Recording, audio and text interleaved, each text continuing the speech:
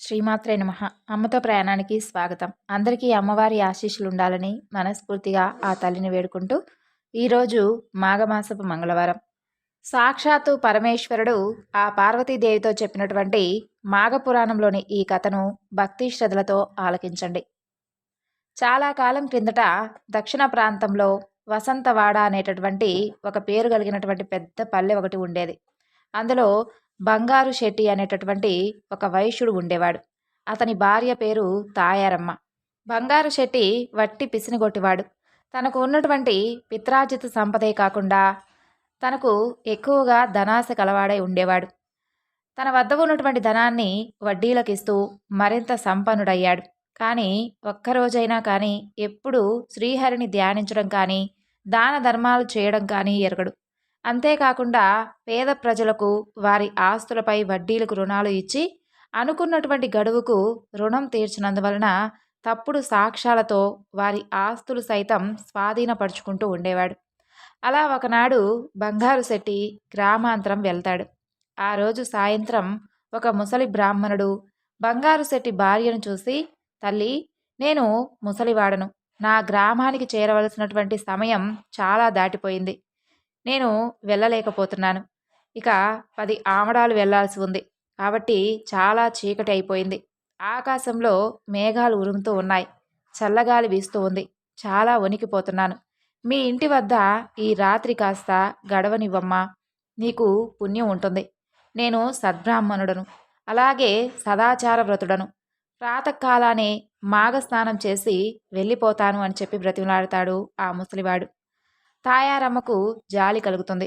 వెంటనే తన అరుగు మూలన శుభ్రం చేసి అందు తుంగచాప వేసి కప్పుకునేందుకు వస్త్రాన్ని ఇచ్చి పడుకోమని చెప్పి చెబుతుంది.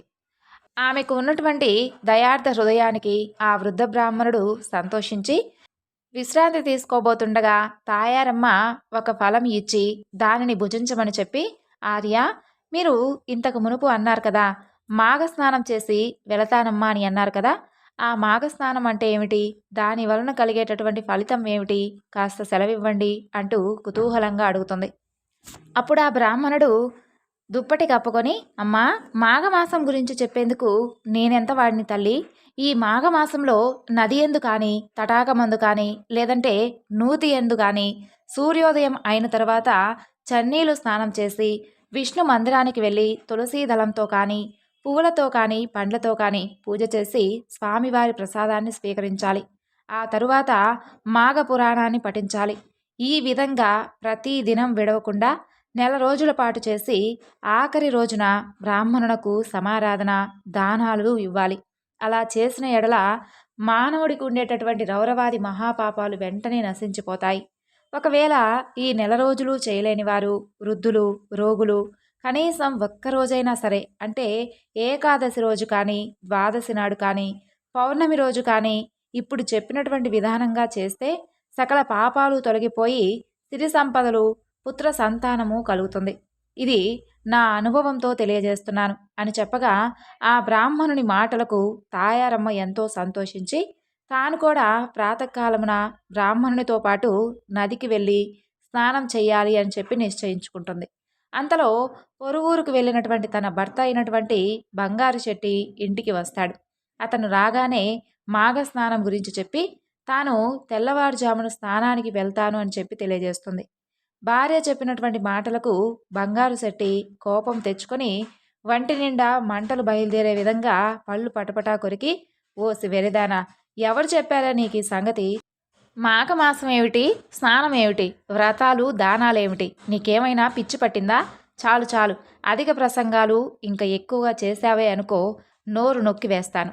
డబ్బులు సంపాదించడంలో నా పంచప్రాణాలు పోతూ ఉంటే ఎవ్వరినీ కూడా ఒక్క పైసా కూడా వదిలిపెట్టకుండా వడ్డీలు వసూలు చేస్తూ కూడబెట్టినటువంటి ధనం అంతా కూడా దానం చేయమని చెబుతావా?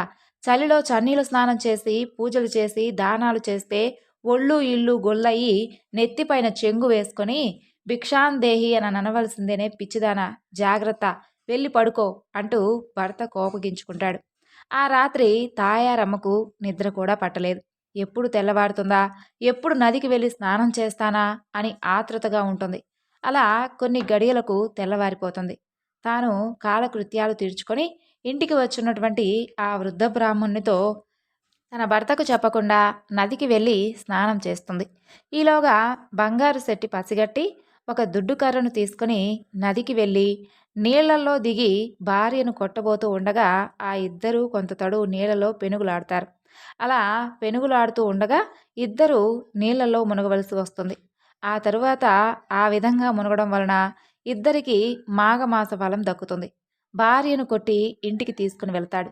అలా కొన్ని సంవత్సరాలు జరిగిన తర్వాత ఒకనాడు ఇద్దరికీ ఒక వ్యాధి సోకుతుంది. మరికొన్ని రోజులకు ఇద్దరూ చనిపోవడం వలన బంగారు సెట్టును తీసుకుని వెళ్ళడానికి యమభటులు వచ్చి కాలపాసం వేసి తీసుకుని వెళుతూ ఉంటారు. తాయారమ్మను తీసుకుని వెళ్ళడానికి విష్ణుదూతలు వచ్చి ఆమెను రథంపై ఎక్కించుకుని తీసుకుని వెళుతూ ఉంటారు. అప్పుడు తాయారమ్మ యమభటులతో ఈ విధంగా అంటుంది: ఓ యమభటులారా, ఏమిటి ఈ అన్యాయం? నన్ను వైకుంఠానికి తీసుకుని వెళ్ళడం ఏమిటి? నా భర్తను యమలోకానికి తీసుకుని వెళ్ళడం ఏమిటి అని అడుగుతుంది. అలాగే మేమిద్దరం కూడా సమానమే కదా అని వారిని ఉద్దేశించి అడగగా అప్పుడు వారు, ఓయమ్మా, నీవు మాఘమాసంలో ఒక దినమున స్నానం చేశావు. అది కూడా ఆ వృద్ధ బ్రాహ్మణుని వలన విని స్నానం చేయగా నీకు ఇదిగో ఈ అద్భుతమైనటువంటి ఫలం దక్కింది. కానీ నీ భర్త అనేకులను హింసించి అన్యాయంగా ధనార్జన చేసి కొంతమంది వద్ద అసత్యాలాడి నరకమన్నా కూడా భయం లేకుండా కనీసం భగవంతునిపై భక్తి కూడా లేకుండా వ్యవహరించినందువలన యమలోకానికి తీసుకుని వెళుతున్నాము అని చెప్పి ఆ యమభటులు తెలుపుతారు. ఆమె మరలా ఈ విధంగా ప్రశ్నిస్తుంది: నేను ఒకే ఒక దినమును స్నానం చేసినందున పుణ్యఫలం కలిగినప్పుడు నన్ను కొడుతూ నాతో పాటు నా భర్త కూడా నీట మునిగాడు కదా, శిక్షించడంలో ఇంత వ్యత్యాసం ఎలా కలుగుతుంది అని అనగా ఆ యమభటులకు కాస్త సంశయం కలిగి ఏమీ తోచక చిత్రగుప్తుని వద్దకు వెళ్ళి జరిగినటువంటి సంగతి అంతా కూడా ఆమె వేసినటువంటి ప్రశ్నలు చిత్రగుప్తునికి తెలియజేస్తారు. అప్పుడు చిత్రగుప్తుడు వారి ఇద్దరి పాప పుణ్యాల పట్టిక చూడగా ఇద్దరికీ సమానమైనటువంటి పుణ్యఫలం రాసి ఉంటుంది. జరిగినటువంటి పొరపాటుకు చిత్రగుప్తుడు విచారించి బంగారు శెట్టిని కూడా వైకుంఠానికి తీసుకుని పొమ్మని చెప్పి విష్ణుదూతలతో చెబుతాడు. విష్ణులోకానికి ముందుగా వెళ్ళి ఉన్నటువంటి తాయారమ్మ భర్త గతి ఏమైందా అని చెప్పి ఆలోచిస్తూ ఆతృతతో ఉండగా బంగారు శెట్టిని పుష్పక విమానం మీద తీసుకుని వచ్చి వైకుంఠంలో విడిచిపెడతారు. భార్యాభర్తలు ఇద్దరూ సంతోషించారు. కాబట్టి భార్య వలన భర్తకు కూడా ఏ విధంగా మోక్షం కలిగిందో, భర్త దుర్మార్గుడై ఉన్నప్పటికీ పిసినిగొట్టుగా వ్యవహరించినప్పటికీ భార్య యథాలాపంగా ఒక్క రోజున మాఘస్నానం చేసినందున ఇద్దరికీ వైకుంఠ ప్రాప్తి కలిగింది కదా. కాబట్టి మాఘస్నానం నెల రోజులు చేసి ఉంటే మరి వారికి ఎలాంటి ఫలితం కలుగుతుందో, ఎంతటి మోక్షదాయకం కలుగుతుందో సందేహం పడాల్సినటువంటి అవసరమే లేదని చెప్పి పార్వతీదేవితో పరమేశ్వరుని చెప్పినటువంటి కథ ఇది. ఇప్పుడు మరొక కథ గురించి తెలుసుకుందాం. కొంతకాలం కిందట మగధ రాజ్యంలో పురోహిత వృత్తిచే జీవిస్తూ ఉన్నటువంటి నలుగురు బ్రాహ్మణులు ఉండేవారు. నలుగురు కుమార్తెలు ఉన్నారు. వారు నిండు యవ్వనవతులై ఉండారు. కొన్నాళ్లకు ఆ గ్రామపు కోనేటిలో స్నానం చేస్తూ ఉండగా గురుకుల విద్యార్థి అక్కడకు వస్తాడు. బ్రాహ్మణ కన్యలు ఆ యువకుని యొక్క అందాన్ని చూసి మోహించి అతనిని సమీపించి చుట్టుముట్టి తమని వివాహం చేసుకోమని చెప్పి బలవంతం చేస్తారు. ఆ బ్రాహ్మణ విద్యార్థికి విద్య పూర్తి కానందువలన వారి కోరికను నిరాకరిస్తాడు. అంతటా ఆ కన్యలు కోపంతో నీవు పిశాచివి కమ్మని చెప్పి శపించగా ఆ విద్యార్థి కూడా మీరు కూడా పిశాచులు అవుదురుగాక అని చెప్పి ప్రతిశాపం ఇవ్వడం వలన వారందరూ పిశాచ రూపాలతో ఆ కొలను వద్దనే ఉండి అందరినీ బాధిస్తూ ఆహారం దొరికితే పెనుగులాడుతూ ఉండేవారు. అలా కొంతకాలానికి ఒక సిద్ధుడు ఆ కోనేటి దగ్గరకు రాగా ఆ పిశాచముల తల్లిదండ్రులు తమ బిడ్డలకు కలిగినటువంటి ఆ పిశాచ రూపాలు ఏ విధంగా పోతాయని చెప్పి అడుగుతారు. అప్పుడు ఆ సిద్ధుడు వీరందరి చేత మాఘమాసంలో గయలో ఉన్నటువంటి త్రివేణిలో స్నానం చేయిస్తాడు. వారికి ఉన్నటువంటి పిశాచ రూపం తొలగిపోతుంది. ఆ తరువాత ఆ నలుగురుకు యథారూపాలు కలుగుతాయి. ఆ విధంగా జరగడం మాఘస్నానమే కారణం. ఇక ఈరోజు మాఘమాసపు మంగళవారం కాబట్టి హనుమంతునికి ఎంతో ప్రీతికరమైనటువంటి ఈ రోజున ఈ కథ గురించి కూడా విని స్వామివారి అనుగ్రహాన్ని పొందుదాం. హనుమంతుడు ఒకనాడు సువర్చలాదేవితో కలిసి గంధమాదన పర్వతం మీద సుఖంగా జీవిస్తూ ఉండేవాడు. శ్రీరామ మంత్రాన్ని సర్వదా జపిస్తూ శ్రీరామనామ పానాన్ని అనుభవిస్తూ ఉండేవాడు. అయినా ఒకనాడు ఆయనకు శ్రీరామ దర్శనం చేయాలనేటటువంటి కోరిక కలుగుతుంది. ఇక అంతే, వెంటనే బయలుదేరి గంధమాదనం నుండి అయోధ్యకు చేరుకుంటాడు. శ్రీరాముణ్ణి సందర్శించి భక్తి వినయంతో స్వామికి నమస్కరించి స్తుతి చేసి ఆయన మనసును గెలుస్తాడు. అప్పుడు సీతారాముడు హనుమను గాఢంగా ఆలింగనం చేసుకుంటాడు. శిరస్సును 3 సార్లు ముద్దు పెట్టుకుంటాడు. హనుమ క్షేమ సమాచారాలను అడిగి తెలుసుకుంటాడు.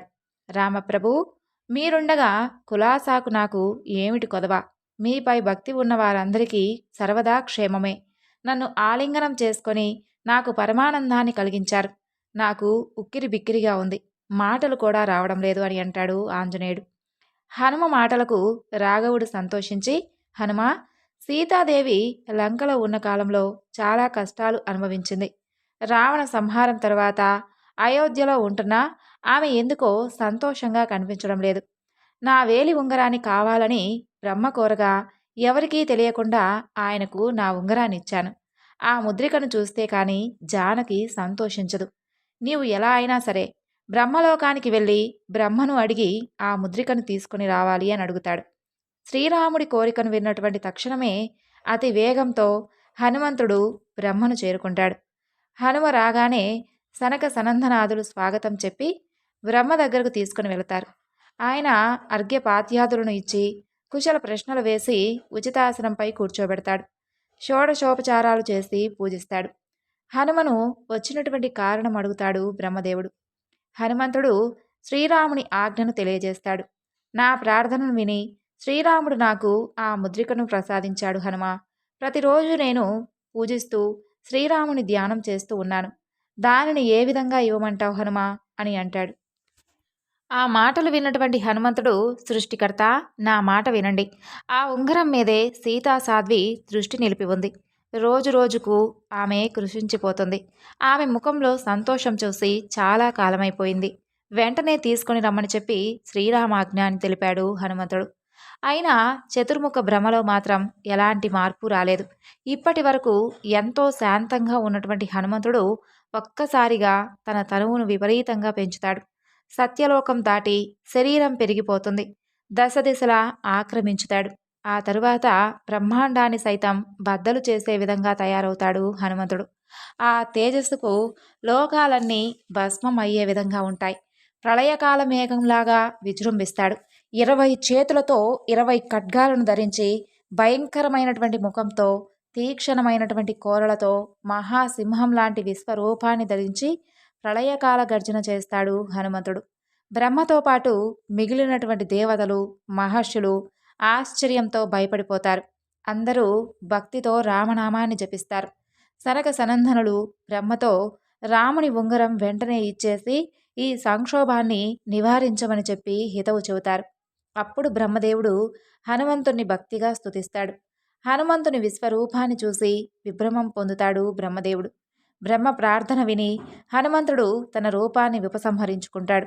అప్పుడు బ్రహ్మదేవుడు, హనుమా, అదిగో అక్కడ సరస్సు కనిపిస్తుంది కదా, దానిలో అనేక రామముద్రికలు ఉన్నాయి. అంతకు పూర్వం ఉన్నటువంటి అనంత కల్పాలు, అందులో రామావతారాలు నీకు కనిపిస్తాయి. ఆయా అవతారాలలో నాకు ఆ ఇక్ష్వాకు కులతిలకుడు అయినటువంటి శ్రీరామచంద్రమూర్తి ఇచ్చినటువంటి రామముద్రికలన్నీ కనిపిస్తాయి. వాటిలో ఏది శ్రీరాముని ముద్రికయో జాగ్రత్తగా పరీక్షించి నీవే తీసుకొని అంటాడు. అప్పుడు హనుమంతుడు సంతోషంలో ఆ సరస్సులోకి మునుగుతాడు. రామముద్రికలు అక్కడ అనేకం కనిపిస్తాయి హనుమంతుడికి. ఏమీ పాలుపోలేదు. వెంటనే భక్తిగా వాటి చుట్టూ ప్రదక్షిణం చేస్తాడు. ఆది భౌతిక ఆధ్యాత్మిక తాపాలన్నీ తొలగిపోయే విధంగా ఆ సరస్సులో స్నానం చేస్తాడు. ఎంతో ఆనందిస్తాడు. బ్రహ్మకు నమస్కరించి సీతారామ సన్నిధికి చేరుకుంటాడు. ఆనందామృత సరస్సులో మునకలేసి వచ్చినటువంటి ఆంజనేయుణ్ణి శ్రీరాముడు సాదరంగా స్వాగతించి, హనుమా, ఏది నువ్వు తెచ్చినటువంటి ఆ ముద్రికను నాకు చూపించు, ఏది ఇవ్వు, దానిని ఇప్పుడే సీతాదేవికి తీసుకుని వెళ్ళి ఇచ్చి ఆమెకు సంతోషం కలిగిస్తాను అని అంటాడు. ఆంజనేయుడు జంకుతూ వెనుకకు అడుగు వేస్తాడు. భక్తుని అవస్థను గ్రహించినటువంటి భగవంతుడు, హనుమా, భక్తశేఖర, ఎందుకు భయం? నీకు నాకు ఏమాత్రం భేదం లేదు కదా.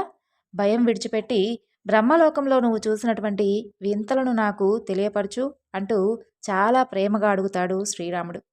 రాముని మాటలకు కాస్త ధైర్యం తెచ్చుకున్నటువంటి హనుమంతుడు, ప్రభు, సత్యలోకంలో చతుర్ముఖ బ్రహ్మ, బ్రహ్మ యొక్క భార్య సరస్వతీదేవితో కలిసి ఆనందంగా ఉంటున్నారు. అక్కడ బ్రహ్మర్షులు, వేదాంతులు, జితక్రోధులు ఉన్నారు. వారి భాగ్యమే భాగ్యం అనుకోండి. అక్కడ అమృతమైనటువంటి ఒక సరస్సు ఉంది ప్రభు. అక్కడ మీ ముద్రికలు అనేకంగా నాకు కనిపించాయి. వాటిని చూసి నమస్కరించి తిరిగి వచ్చేశాను. బ్రహ్మ ముద్రికను ఇవ్వలేను అని అన్నాడు. నాకు కోపం వచ్చి నా విశ్వరూపాన్ని చూపించాను. ఆ సరస్సులో ఏ ముద్రిక మీదో నాకు తెలియలేదు. అందుకే వట్టి చేతులతో నేను తిరిగి వచ్చేశాను స్వామి అంటూ వివరించాడు హనుమంతుడు. శ్రీరాముడు హనుమను చేరుకొని, హనుమా, నీ సత్యవ్రతం, సత్య భాషణాలకు నేను మెచ్చాను. నీ మీద ప్రసన్నమైనటువంటి భావం నాకు ఏర్పడింది. ఏదైనా కానీ వరాన్ని కోరుకో, ఇస్తాను అని అంటాడు. అలాగే ఇదివరకు ఎన్నో అవతారాలు ఎత్తాను. కార్యనిర్వహణం కోసం ఈ అవతారం ఎత్తాను. బ్రహ్మ నాకు భక్తుడు. అందుకని ప్రతి అవతారంలోనూ నా ప్రతినిధిగా ఉండడానికి బ్రహ్మకు నా ముద్రికను ఇస్తూ ఉంటాను. దానిని నిశ్చలమైనటువంటి భక్తితో పూజిస్తూ సృష్టి కార్యం చేస్తూ ఉంటాడు బ్రహ్మదేవుడు. జానకీదేవి నీ మీద పుత్ర వాత్సల్యంతో ఉంది. మరలా వెళ్ళి ఆ అమృతమైనటువంటి సరస్సులో ముద్రికను ఒకదానిని తీసుకుని వచ్చి మీ అమ్మగారికి ఇవ్వు అని చెబుతాడు. ఇక హనుమంతుడు వెంటనే బ్రహ్మలోకానికి చేరి అంగుళికాన్ని తీసుకొని వాణి విభుడికి కృతజ్ఞతాపూర్వకంగా నమస్కారం చేసి శ్రీరాముని దగ్గరకు వస్తాడు. శ్రీరాముడు హనుమను దగ్గరకు తీసుకొని, హనుమా, బ్రహ్మలోకాన్ని చూసి ఆనందించావు. అందువలన రాబోయే యుగాలకు నువ్వు బ్రహ్మగా ఉండేటటువంటి వరాన్ని ఇస్తున్నాను. నువ్వు నన్ను పూజించి సేవించి ఆనందం చేకూర్చావు. నేను, సీతాదేవి నీ యందు సదా వాత్సల్యంతో ఉంటాము. నువ్వు లోకాలను సృజిస్తూ జగత్తుకు మంగళాన్ని కలిగిస్తూ సర్వదా శోభిల్లగలవు అంటూ ఆశీర్వదించాడు శ్రీరాముడు. రామాజ్ఞను పొంది సెలవు తీసుకున్నటువంటి హనుమంతుడు మరలా తిరిగి గంధమాదానికి చేరి రామ మంత్రజపంతో తరిస్తూ జీవించాడు. పూర్వం సోమదత్తుడు అనేటటువంటి చంద్రవంశ రాజు ఉండేవాడు. అతను సత్యవాది, అహంకారం లేనటువంటి వాడు, మౌని, ఆదిదేయుడు, పరాక్రమవంతుడు, శత్రువులను జయించినవాడు, భూమినంతటిని ఏకఛత్రాధిపత్యంగా పాలించేటటువంటి గొప్పవాడు. అతని చేత జయింపబడినటువంటి రాజులందరూ ఏకమై ఒక్కసారిగా అతని రాజ్యంపై దాడి చేస్తారు. వారి మధ్య భీకరమైనటువంటి యుద్ధం జరుగుతుంది. సోమదత్తుడు యుద్ధంలో విపరీతంగా నష్టపోతాడు. తను పొందినటువంటి పరాజయాన్ని తట్టుకోలేక తన భార్య పిల్లలతో సహా రహస్యంగా అడవులకు పారిపోతాడు. కొంతకాలానికి గార్గ మహర్షి ఆశ్రమానికి కొద్ది దూరంలో నివాసం ఏర్పరచుకొని అక్కడే నివసించడం మొదలుపెట్టాడు సోమదత్తుడు. అతనికి గుడ్డితనం, మూగతనం, చెవుడు, కుంటితనం ఏర్పడతాయి. తనకు వచ్చినటువంటి ఆ దుర్దశకు విపరీతంగా చింతిస్తూ ఉండేవాడు. కానీ అతని భార్య మాత్రం అతనికి ధైర్యం నూరిపోస్తూ ఉండేది. అంతా కర్మఫలం కాబట్టి కాలమే ఈ బాధలను మానిపోయే విధంగా చేస్తుంది అంటూ ఊరడించేది.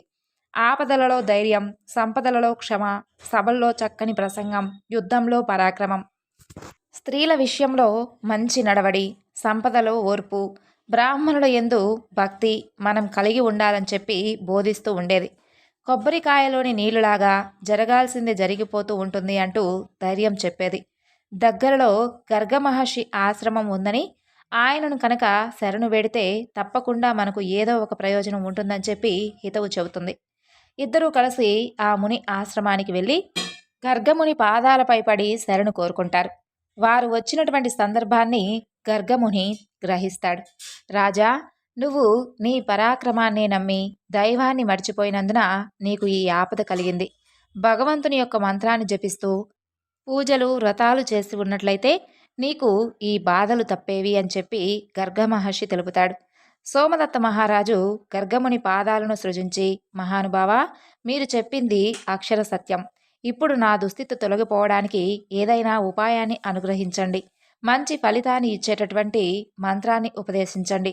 నిష్టగా జపించి పూజ చేసి మనోభీష్ట సిద్ధిని పొందుతాను అంటూ వేడుకుంటాడు సోమదత్తుడు. రాజా, జరిగిపోయిన దానికి విచారించవద్దు. అత్యంత వేగంగా ఫలసిద్ధిని ఇచ్చేటటువంటి హనుమంతుని మంత్రాన్ని నీకు ఉపదేశిస్తాను. దానిని జపిస్తూ హనుమంతుని వ్రతం చెయ్యి. నీ కోరికలన్నీ నెరవేరుతాయి. శత్రుజయం కలుగుతుంది. హనుమత్ వ్రతాన్ని వైశాఖ బహుళ, దశమి లేదా అమావాస్య నాడు కానీ, మాఘమాసంలో కానీ, పాల్గొన, చైత్ర, వైశాఖ, జ్యేష్ఠ మాసాలలో శుక్లపక్షంలో మొదటి శనివారం కానీ, మంగళవారం నాడు కానీ, మృగశిర నక్షత్రంలో కానీ, శ్రావణ పూర్ణిమ నాడు కానీ, కార్తీక శుద్ధ ద్వాదశి నాడు కానీ, మార్గశిర శుద్ధ త్రయోదశి రోజున కానీ చేయాలి. పగలైనా సాయంత్రమైనా ఈ వ్రతాన్ని ఆచరించవచ్చు. బియ్యం పిండితో వేసినటువంటి యంత్రం మీద కానీ, విగ్రహంలో కానీ, నీరు ఉన్నటువంటి కలశంలో కానీ, పట్టు వస్త్రం మీద వేసినటువంటి యంత్రంలో కానీ ఆవాహనం చేయాలి. శ్రద్ధగా స్వామిని పూజించాలి. 13 ముళ్ళు కలిగినటువంటి తోరాన్ని పూజించి ధరించాలి. 13 నేతి అప్పాలను దానంగా ఇవ్వాలి. పూర్వం శ్రీరాముడు, విభీషణుడు ఈ వ్రతాన్ని చేసి ఫలితాన్ని పొందారు. నువ్వు కూడా చేసి రాజ్యాన్ని, సుఖాలను పొందు అని చెప్పాడు గర్గ మహర్షి. సోమదత్తుడికి పంచముఖాంజనేయ స్వామివారి విద్యను, ఖడ్గ విద్యను ఉపదేశించి గర్గముని ఆ దంపతులతో హనుమత్ వ్రతం దగ్గరుండి మరీ జరిపిస్తాడు. ఆ మంత్ర ప్రభావంచే అతనికి మరలా బల పరాక్రమాలు సిద్ధిస్తాయి. వ్యాధులన్నీ మాయమైపోతాయి. మంచి రూపం కలుగుతుంది.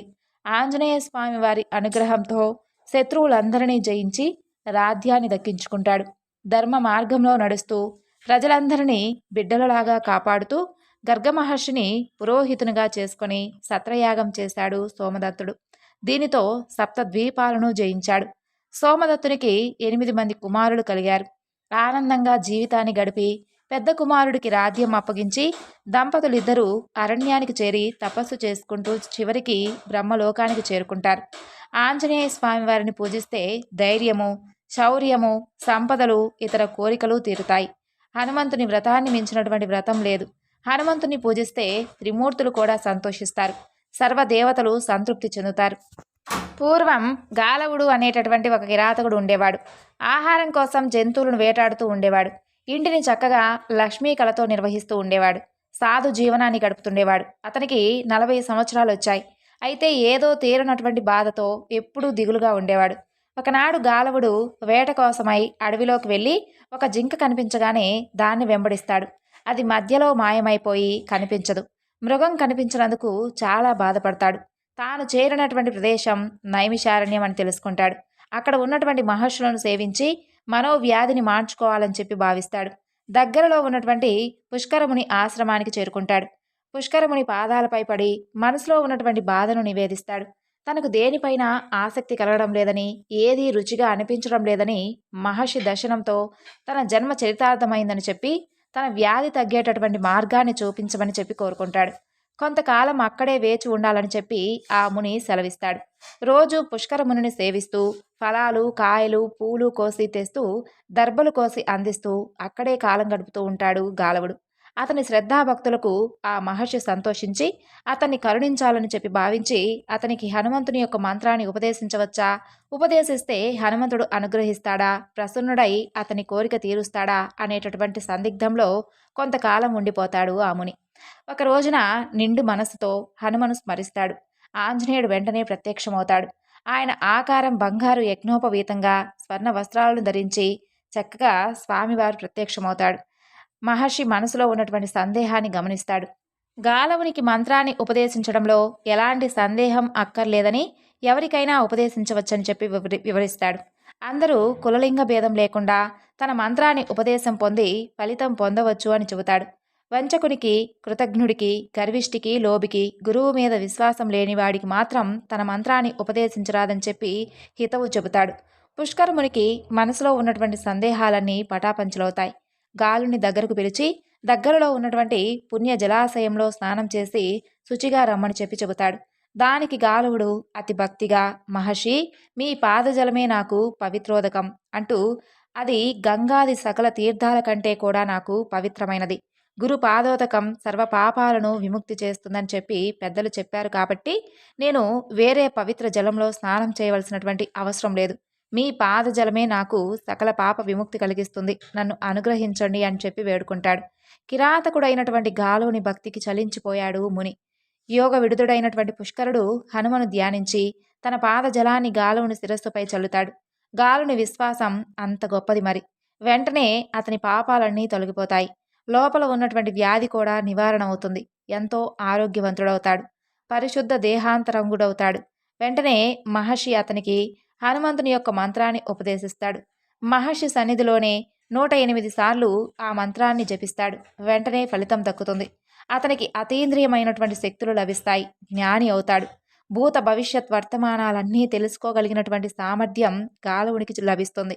ఆకాశ గమనం వస్తుంది. అన్ని లోకాలు తిరగగలిగేటటువంటి శక్తివంతుడవుతాడు. సిద్ధచార గంధర్వ గణాలు గాలవుని యొక్క అపూర్వమైనటువంటి శక్తి సామర్థ్యాలు చూసి ఆశ్చర్యపోతాయి. సర్వశక్తిమానుడైనటువంటి గాలవుడు పుష్కర మహర్షిని చేరి నమస్కరించి, మహానుభావ, నిరంతరం మీ పాద పద్మాల మీద నాకు భక్తి కలిగి ఉండే విధంగా వరాన్ని ఇవ్వండి అని కోరుకుంటాడు. గురువు ఆశీర్వదించి మంత్రాన్ని కడు శ్రద్ధాభక్తులతో జపించమని చెప్పి, దానిని కనుక నువ్వు మర్చిపోతే చాలా కష్టాలు నీకు మీద పడతాయని చెప్పి హెచ్చరిస్తాడు. గురువును వీడలేక అక్కడి నుండి తన ప్రాంతానికి బయలుదేరి వెళతాడు గాలవుడు. అప్పటి నుండి హనుమంతుని యొక్క ఆ మంత్రాన్ని సర్వదా పఠిస్తూ ఏకాగ్రతతో హనుమంతుణ్ణి పూజిస్తూ చివరకు మోక్షాన్ని పొందాడు గాలవుడు. ఈ వివరణను ఇంతటితో ముగిస్తున్నాను. సర్వం శ్రీ లలితార్పణమస్తు. స్వస్తి.